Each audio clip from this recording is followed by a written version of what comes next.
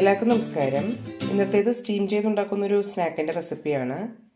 റവ വെച്ചാണ് ഇത് ഉണ്ടാക്കാൻ പോകുന്നത്. എങ്ങനെ ഉണ്ടാക്കുന്നത് നോക്കാം. അതിനായി 1 കപ്പ് റവയാണ് എടുത്തിരിക്കുന്നത്.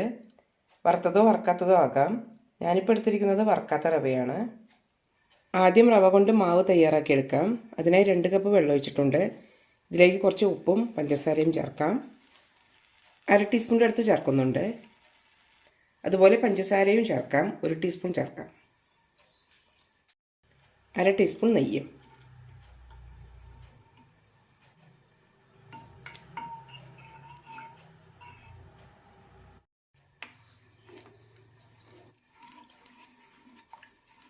തിളയ്ക്കാൻ തുടങ്ങുമ്പോൾ റവ ചേർക്കാം.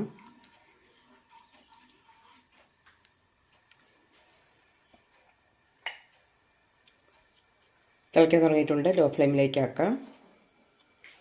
ഇനി കുറേശ്ശെ റവ ഇട്ട് കൊടുക്കാം.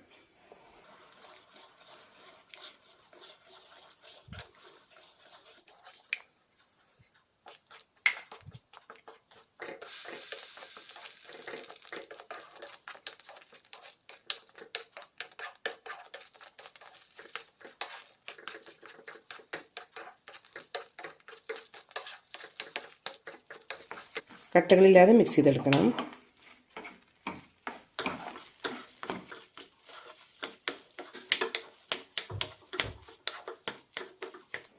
ഇതുപോലെ നല്ല കട്ടിയുള്ള മാവായിട്ട് എടുക്കണം.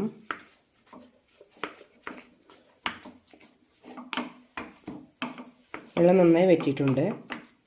ഇനി ഫ്ലെയിം ഓഫ് ചെയ്യാം. ഇതേപോലെ 10 മിനിറ്റോളം അടച്ചു വയ്ക്കാം. അടയ്ക്കുള്ള ഫില്ലിംഗ് തയ്യാറാക്കിയെടുക്കാം.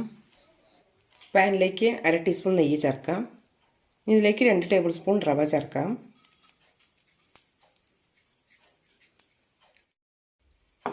നന്നായി വറുത്തെടുക്കാം. റോസ്റ്റഡ് റവയാണ് എടുത്തിരിക്കുന്നത്. വറക്കാത്ത റവയും എടുക്കാം. റോസ്റ്റ് ചെയ്ത റവ ആയതുകൊണ്ടൊന്ന് ചൂടാക്കി എടുത്താൽ മതി. ഇതിലേക്ക് ബാക്കിയുള്ള ചേരുവകൾ കൂടി ചേർക്കാം.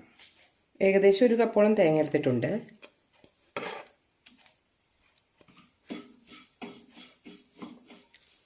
ഒരു മിനിറ്റ് നന്നായി വറുക്കാം.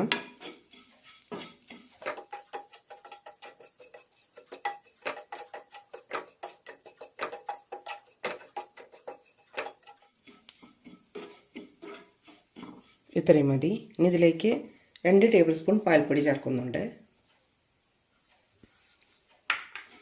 ഇതൊന്ന് മിക്സ് ചെയ്തെടുക്കാം.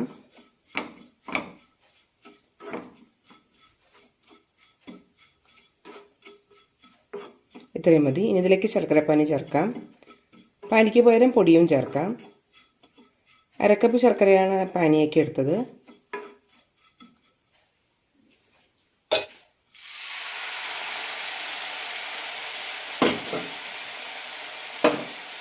നന്നായി മിക്സ് ചെയ്യാം.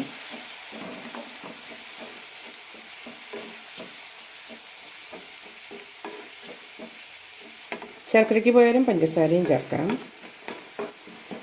നല്ല കട്ടിയായി കിട്ടണം.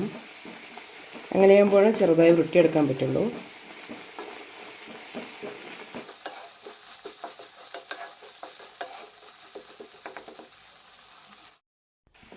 തുടരെ ഇളക്കണമെന്നില്ല, ഇടയ്ക്കൊന്ന് ഇളക്കി കൊടുക്കാം.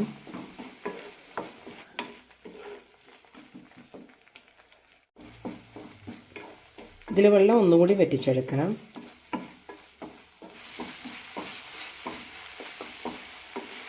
ഇത്രയും മതി. തണുക്കുമ്പോൾ ഒന്നുകൂടി കട്ടിയാകും. ഇനി ഫ്ലെയിം ഓഫ് ചെയ്യാം.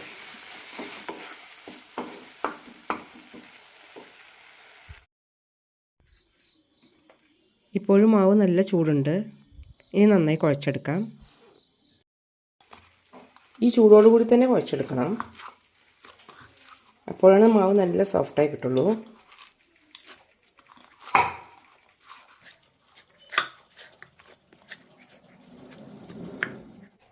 മാവ് നല്ല ചൂടുണ്ട്. ഇടയ്ക്കൊന്ന് കൈ നനയ്ക്കാം.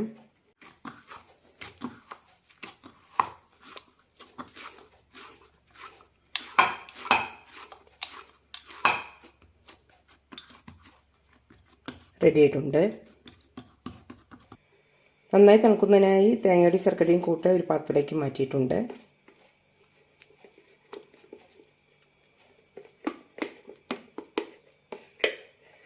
ഇതിൽ നിന്ന് ചെറിയ ബാളുകളായി എടുക്കാം.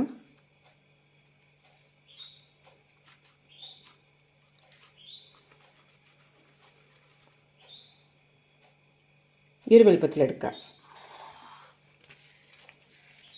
എണ്ണ തേച്ച് വെച്ച് ഇലയിലേക്ക് പരത്താം.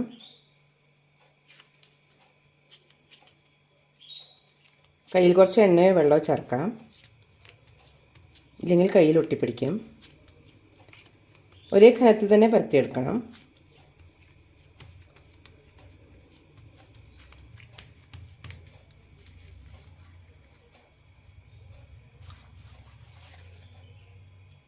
ഈ ഒരു കനത്തിലാണ് പരത്തിയിരിക്കുന്നത്. ഇനി ഇതിലേക്ക് ഫില്ലിങ് ചെറിയ റോളുകളാക്കി എടുക്കാം.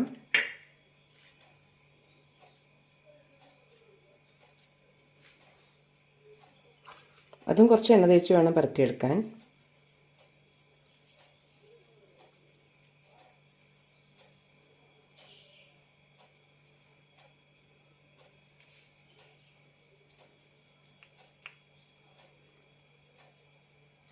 വെച്ച് ഇതുപോലെ റോൾ ചെയ്തെടുക്കാം.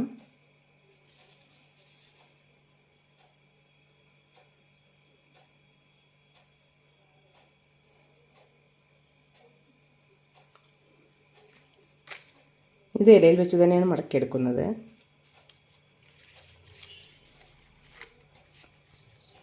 ഇതുപോലെ ഫില്ലിംഗ് വെച്ച് എല്ലാം മടക്കിയെടുക്കാം.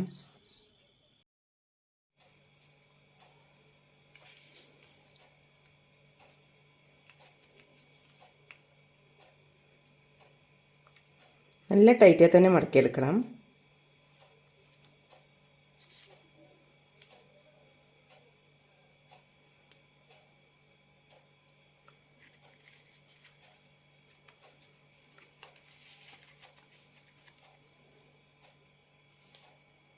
എല്ലാം ഇതുപോലെ റെഡിയാക്കി എടുക്കാം.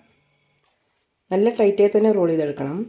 അതിന് ശേഷം വേണമെങ്കിൽ ഒരു ടൂത്ത് പിക്ക് നമുക്കിതുപോലെ കുത്തി കൊടുക്കാം.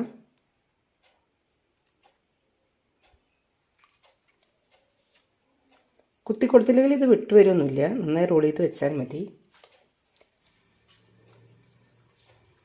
സ്റ്റീം ചെയ്യാനായി പാത്രത്തിലേക്ക് മാറ്റാം.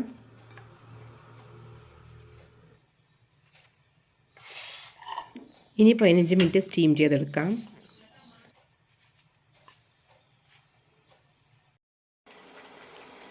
അവിടെ റെഡി ആയിട്ടുണ്ട്. ഇനി ഫ്ലെയിം ഓഫ് ചെയ്യാം.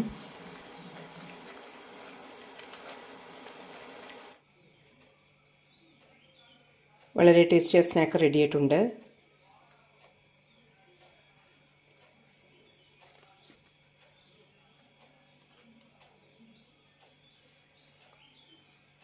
റവ കൊണ്ടുണ്ടാക്കുന്ന ഈ ഇലയടയുടെ റെസിപ്പി എല്ലാവരും ഒന്ന് ട്രൈ ചെയ്ത് നോക്കൂ. നല്ല രുചിയാണ് ഇത് കഴിക്കാൻ. കുട്ടികൾക്കും മുതിർന്നവർക്കും ഒരേപോലെ ഇഷ്ടപ്പെടും. 4 മണി ചായക്കൊപ്പവും അതുപോലെ തന്നെ കുട്ടികളുടെ സ്നാക്സ് ബോക്സിലേക്ക് നല്ലൊരു പലഹാരമാണ്.